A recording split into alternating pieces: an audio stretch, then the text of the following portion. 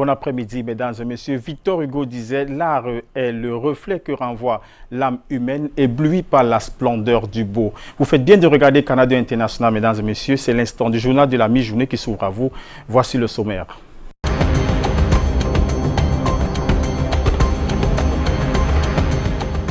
Sport, le torchon continue de brûler entre la Fédération camerounaise de football et la Ligue de football professionnel.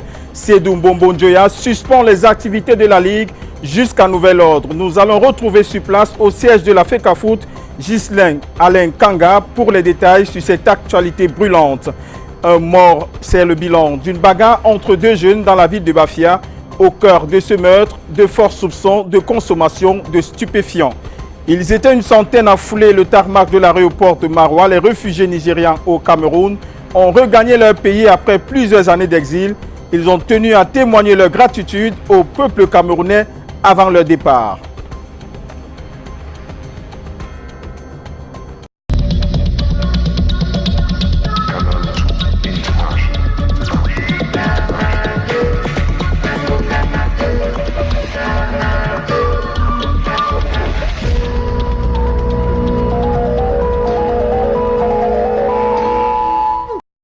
Une fois de plus, bon après-midi, mesdames et messieurs. Ouvrons ce journal de la mi-journée avec cette information brûlante en sport. Le torchon continue de brûler entre la Fédération camerounaise de football et la Ligue de football professionnel.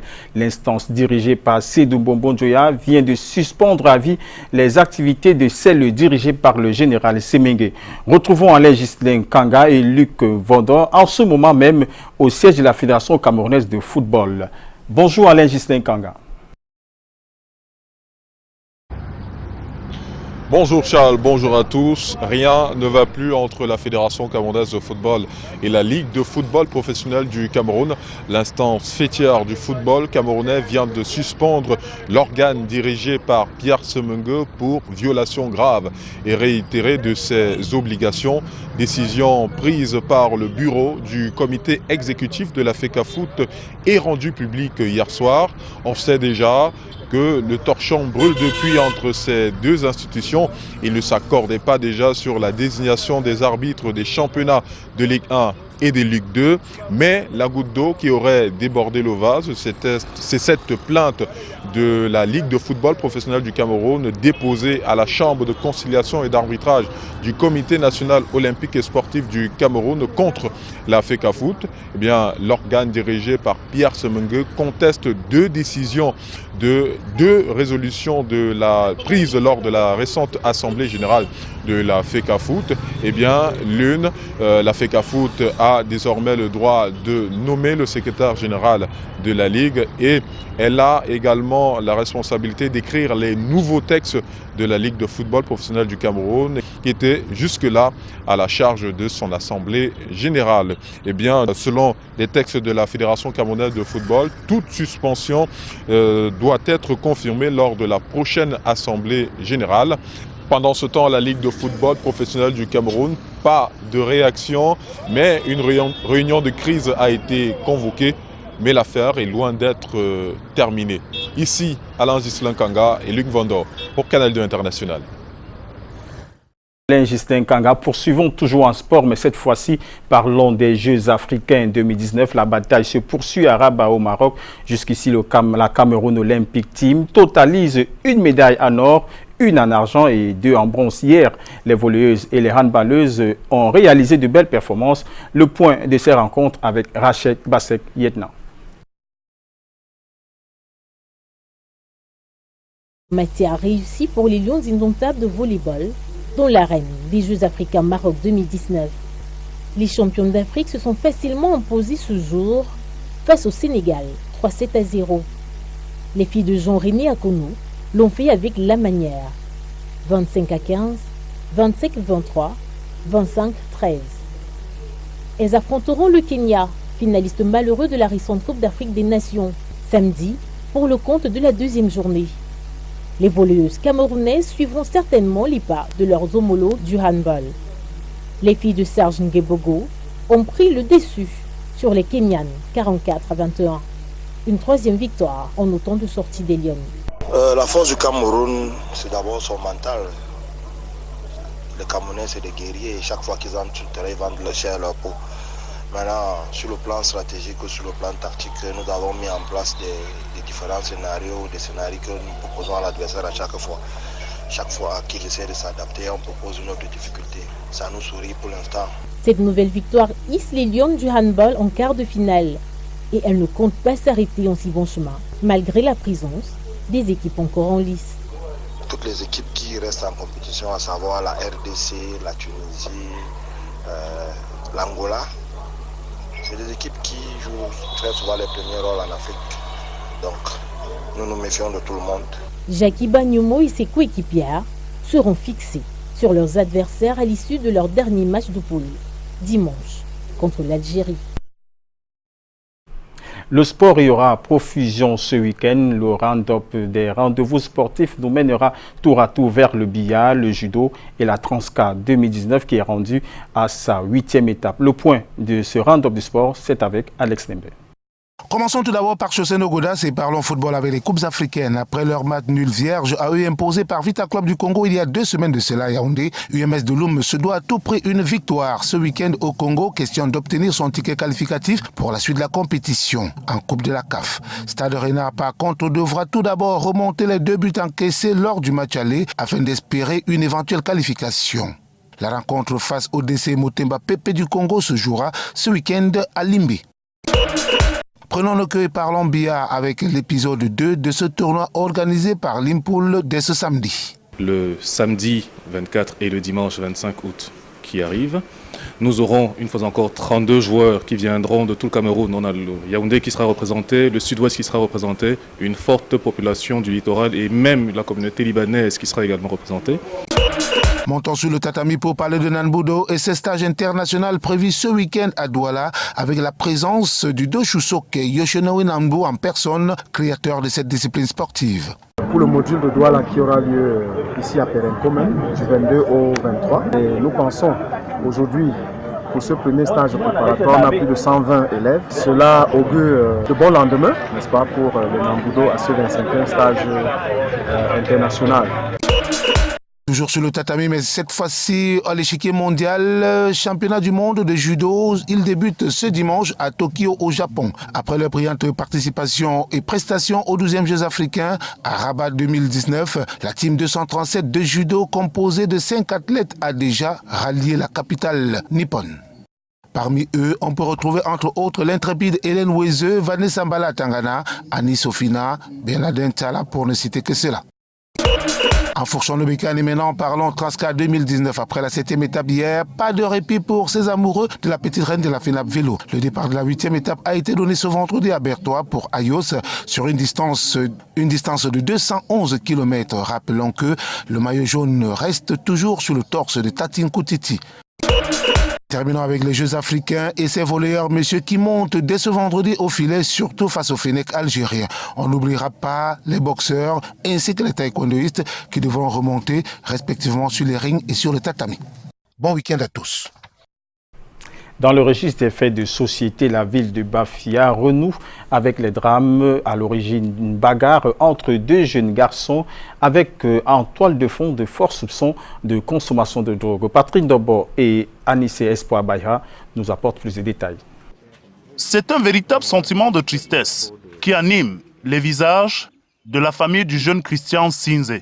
Le jeune homme âgé de 17 ans vient de perdre sa vie à l'issue d'une bagarre qui l'opposait à un autre jeune du nom d'Éric Besson. Moi, je crois que le problème est fini. Il est parti chercher 2 couteaux. Les voilà qui viennent derrière moi. Moi, je ne connaissais pas qu'ils viennent derrière moi. C'est mon ami qui me dit que fais très attention. Les voilà qui viennent derrière toi. En instant qu'il voulait me tourner, il m'avait déjà mis le couteau derrière. J'engage alors sur lui. Un meurtre qui plonge dans les mois les populations de la ville de Bafia, après pourtant une période de sérénité, face à ce qui était considéré comme des actes de violence récurrents dans la ville. De quoi renforcer la vigilance des forces de sécurité publique en cette veille de rentrée scolaire. C'était une bagarre où les 2 personnes ont utilisé les armes blanches. Et en ce qui concerne le retour de la criminalité tel que vous le dites, et en fait je ne crois pas parce que nous prenons des dispositions assez idoines. En attendant de voir plus clair, dans cette affaire qui secoue la ville, la dépouille du jeune garçon a été transportée à la morgue de l'hôpital de district de Bafia. La famille n'attend plus que le rapport des autorités en charge des enquêtes. Je pars à l'hôpital, j'arrive, mon fils était à mort. Avec le poignard au niveau du cœur et l'autre au dos. Ça a dépassé, le médecin a enlevé. On a seulement pris les lames du cerise, ils ont fendu et ils ont retiré ce couteau. Un drame de plus qui sonne comme un rappel face au danger de la consommation des stupéfiants qui parfois entraîne de violents actes comme cela dans la ville de Bafia. À Maroua, la ville est marquée par le départ volontaire des réfugiés nigérians du sol camerounais. Ils sont plus d'une centaine à avoir refoulé le tarmac de l'aéroport de Maroua-Salak où les attendait un avion de l'armée nigériane. Heureux de rejoindre leur pays d'origine, ces centaines de Nigérians ont tenu à témoigner leur gratitude au peuple camerounais. C'est un reportage signé Moni Naoussi, Aminou Aliou. Cet avion est affrété pour transporter au Nigeria 133 réfugiés nigérians du camp de Minawao dans la région de l'extrême nord. C'est le premier contingent de départ volontaire de ces réfugiés. Il y a 5 ans, ils fuyaient les atrocités de Boko Haram dans leur pays d'origine. Ils ont solennellement dit au revoir à l'État du Cameroun, surtout aux communautés hôtes qui les ont accueillis. Je remercie le président du Cameroun. Je remercie les gens qui sont occupés de nous. Nous remercions bien. Maintenant, on va rentrer dans notre pays. On est content parce qu'aujourd'hui, là, on est dans faire la commerce. Un petit commerce. Notre mari voulait, il va aller chercher un petit commerce pour nous accueillir à la maison.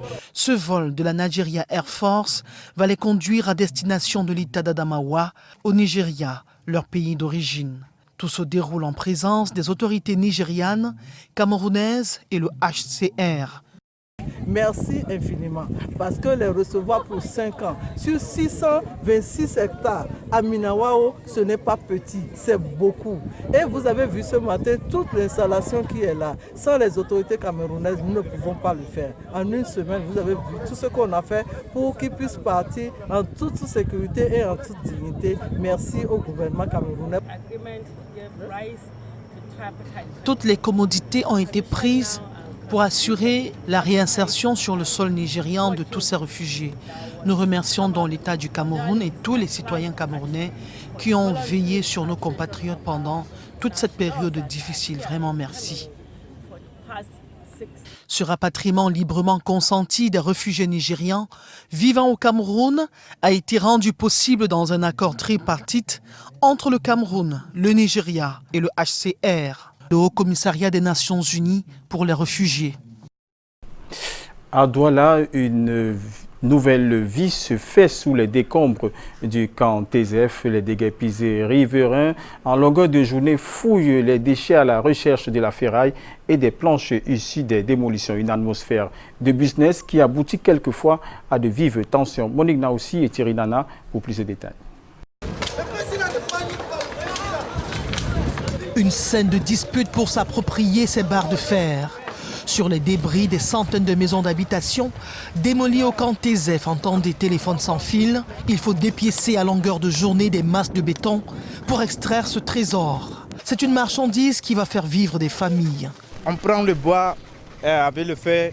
Quand on a cassé ici, pour aller, on va un peu faire le cahier des enfants, faire manger avec.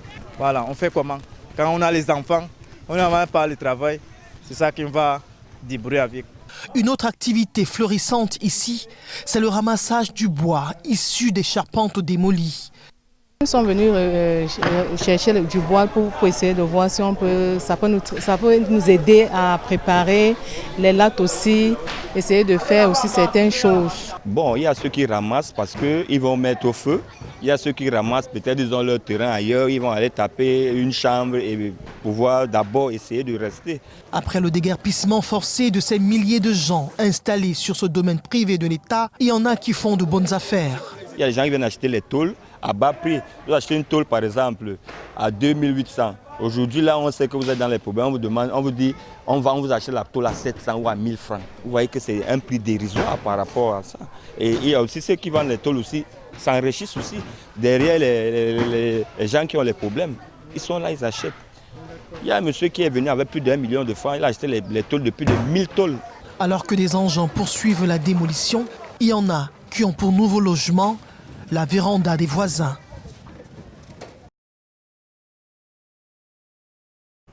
Toujours à Douala, censé retrouver le camp TZF au lendemain de l'incendie du 26 février 2019.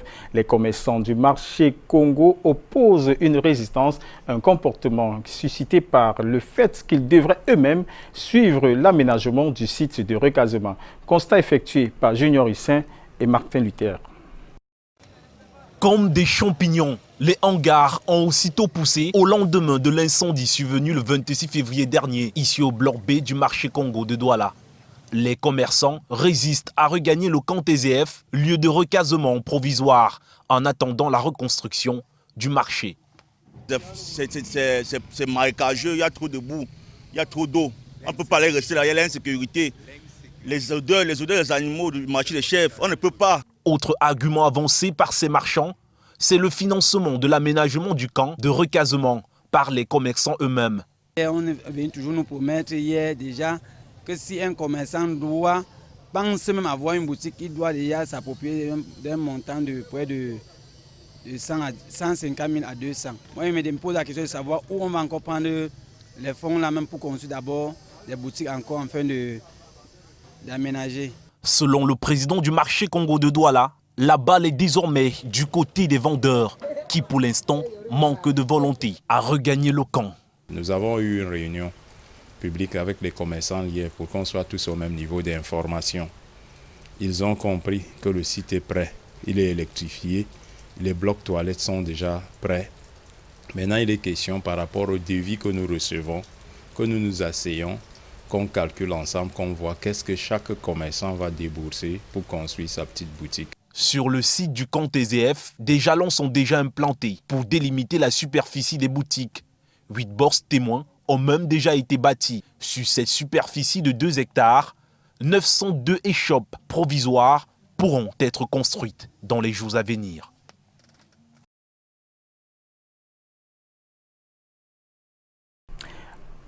Alors maintenant, dans la région de l'Est Cameroun, où depuis hier, le ministre de la Défense effectue une visite de travail. Joseph Betty Assomo a inspecté le chantier de construction de la brigade de gendarmerie de Bagofi. À l'occasion, il a tenu une réunion avec ses collaborateurs. Le condensé de la descente du ministre de la Défense avec Maïva Nunga. Grande pompe du ministre délégué chargé de la Défense ce 22 août à Bagofi dans le département du Oignon. Joseph Betty Assomo, en visite de travail, fait son premier escale sur le chantier de construction de la brigade de gendarmerie de Bagofi. Ici, les maçons sont au pied du mur et les travaux en cours. Dans l'après-midi, le gouverneur de la région de l'Est, Grégoire Vondo, accueille le ministre à Boni. Le chef passe en revue ses troupes. C'est alors que le cortège ministériel s'ébranlera en direction du poste de commandement du 8e secteur militaire de Bertois, où le ministre tiendra une réunion à huis clos avec tout son état-major. La descente de travail qui a débuté ce 22 août se poursuivra par l'inauguration du centre d'aguerrissement en zone forestière de Motieboum dans la commune de Doumé.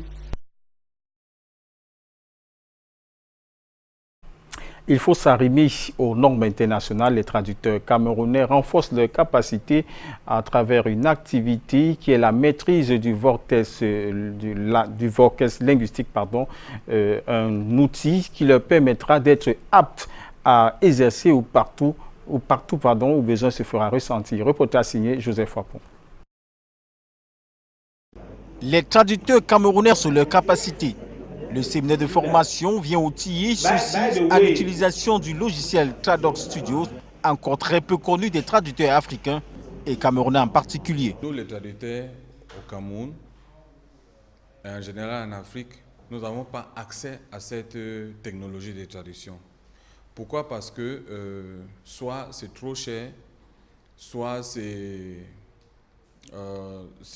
inaccessible. Une formation de 3 jours autour de plusieurs modules afin de s'imprégner des fonctionnalités de cette nouvelle version. Le but de ce séminaire est de permettre aux traducteurs camerounais et africains en général de s'arrimer à la nouvelle donne technologique pour qu'ils puissent être suffisamment outillés et être en mesure de faire exactement ce que leurs confrères font à travers le monde. Un renforcement des capacités qui vient à point nommé pour les traducteurs camerounais. Et SDL Trados, qui est l'outil principal des traducteurs, est l'outil par excellence que tout traducteur devrait en avoir pour être performant, déjà gagner en temps, en efficacité et beaucoup plus pour pouvoir enrichir c'est-à-dire qu'à chaque fois qu'il traduit, il devrait avoir un stock de traduction et cela est très facile quand vous utilisez un logiciel comme SDL Trados. Après la formation, les traducteurs camerounais pourront rivaliser d'adresse avec ceux du monde entier. Dans la Leki, les enfants vulnérables se forment sur l'art visuel. C'était au cours d'un atelier où une soixantaine d'orphelins handicapés ou à mobilité réduite ont achevé leur apprentissage à la peinture, à la culture et au graphisme. L'initiative parrainée par le ministère des Arts et de la Culture met un accent sur l'autonomisation des jeunes défavorisés en zone rurale. C'est un reportage signé Yanis Kanga. Jean Paulin est un enfant de Lebot, arrondissement de Kola, département de la Leki. Son rêve, être artiste. Je fais dans la reproduction des dessins depuis 2012. Je voyais que la reproduction pouvait m'aider dans le futur. Comme lui, une soixantaine d'apprenants en âge scolaire a participé à cet atelier d'initiation en arts plastiques et visuels. Ils ont acquis les bases du dessin, de la peinture, la photo, le cinéma et bien d'autres. Moi, j'ai dessiné une maison, des pots et des fleurs et des cochons et la carte du Cameroun. L'initiative rendue à sa deuxième édition vise à faire de ces enfants vulnérables issus de milieux défavorisés de véritables Picasso. Nous avons des apprenants qui n'entendent pas, qui ne peuvent pas parler, d'autres qui ont un membre valide et l'autre non valide, dont des enfants aux besoins spécifiques. Bon, nous pensons qu'à travers ce programme, nous pouvons les rendre autonomes. Le programme est encadré par le ministère des Arts et de la Culture et l'ONG Plan Cameroun, qui ne ménage aucun effort pour pérenniser cette action. Le ministère des Arts et de la Culture les encourage à continuer dans la promotion, la pérennisation, le développement de leurs différents âges. C'est une activité à soutenir, à encourager pour permettre non seulement à la jeune fille en particulier de faire valoir son potentiel, mais aussi aux enfants vulnérables de pouvoir s'exprimer. Les chérubins de cette zone rurale sont repartis satisfaits. C'est dans l'effervescence totale qu'ils ont reçu leur parchemin. En santé, prévenir et prendre en charge les patients atteints des maladies cardiovasculaires. Tel est le but de la campagne de sensibilisation gratuite initiée du 22 au 24 août 2019 en Guaykele. L'initiative est du chef de bloc de 3e degré. Karel Mezatia et Guy Tom nous apportent plus de détails. Sérologique et prévenir les maladies cardiovasculaires. C'est l'objectif visé par la campagne de sensibilisation lancée ce 22 août à Yaoundé. Les jeunes, très souvent réticents à cette initiative, ont répondu présent. C'est très important de savoir son état sérologique. C'est vrai, quand tu pars dans les dispensaires, à l'hôpital, c'est exigé maintenant, mais c'est aussi nécessaire de le savoir de temps à autre. Les populations du quartier Nguaykele et ses environs ont pu se faire dépister sans débourser un seul franc et obtenir leurs résultats une vingtaine de minutes plus tard. La formation sanitaire qui abrite cette activité compte aller beaucoup plus loin en ce qui concerne la prise en charge. Ils sont anormaux. Nous leur avons demandé de revenir déjà pour le test de confirmation et puis leur prise en charge pour que certains puissent bénéficier des traitements gratuits. Véronique Laure Mintamak, chef de bloc du 3e degré en Guaykélé, veut à travers cette initiative contribuer à la prise en charge des populations placées sous son autorité. Donc je me soucie de nos populations. Ce n'est pas seulement la population de Guaykélé.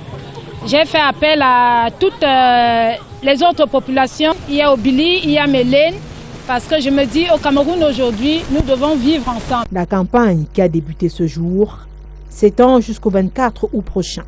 Elle bénéficie du soutien du ministère de la Santé publique, des forces vives de l'arrondissement de Yaoundé 3e et de l'ancien capitaine des Lions indomptables, Rigobert Sombahana. À Douala, l'exécutif communal de l'arrondissement de Douala 5e était encore à pied d'œuvre au sein de la communauté. Betty Gustave Ebanda a profité de cette occasion pour demander aux chefs traditionnels une plus grande implication dans la résolution des conflits entre communautés. Compte rendu, Patrick Ngwanya, Franck Zouami. C'est dans une ambiance chaleureuse que l'exécutif communal de la mairie de Douala 5e est accueilli ce mardi 20 août au centre multifonctionnel de promotion des jeunes de la cité Sik Bassa. Au cours de cette visite de travail, la communauté Betty de la cité Sik et ses environs a remis à monsieur le maire une canne en bois symbolisant la royauté et la puissance. Quand un enfant va en guerre ou livrer une bataille, il fait le tour de sa famille pour demander le soutien et la bénédiction. Aujourd'hui, nous avons commencé par la communauté Betty. Nous allons aller de communauté en communauté pour galvaniser toutes les communautés de Douala 5e. Le message qu'il nous apporte est un message de joie et de réconfort. Il a expliqué dans son mot introductif que depuis qu'il a pris fonction, il n'a jamais rencontré cette communauté. Pas parce qu'il ne savait pas qu'elle existe, mais faute de temps. Mais en ce qui concerne le deuxième volet, par rapport à la canne, elle a double signification. Elle symbolise la royauté, elle symbolise en même temps la puissance. Cette séance de travail s'est achevée par une photo de famille, suivie d'une séance de travail à huis clos entre le maire et les différents chefs traditionnels. Mesdames et messieurs, c'est tout pour cette édition du 13h sur Canada International. Merci de nous avoir suivis. Nous vous souhaitons un très bel après-midi. Bon week-end à ceux qui sont encore chez eux. Au revoir et à demain, s'il plaît à Dieu.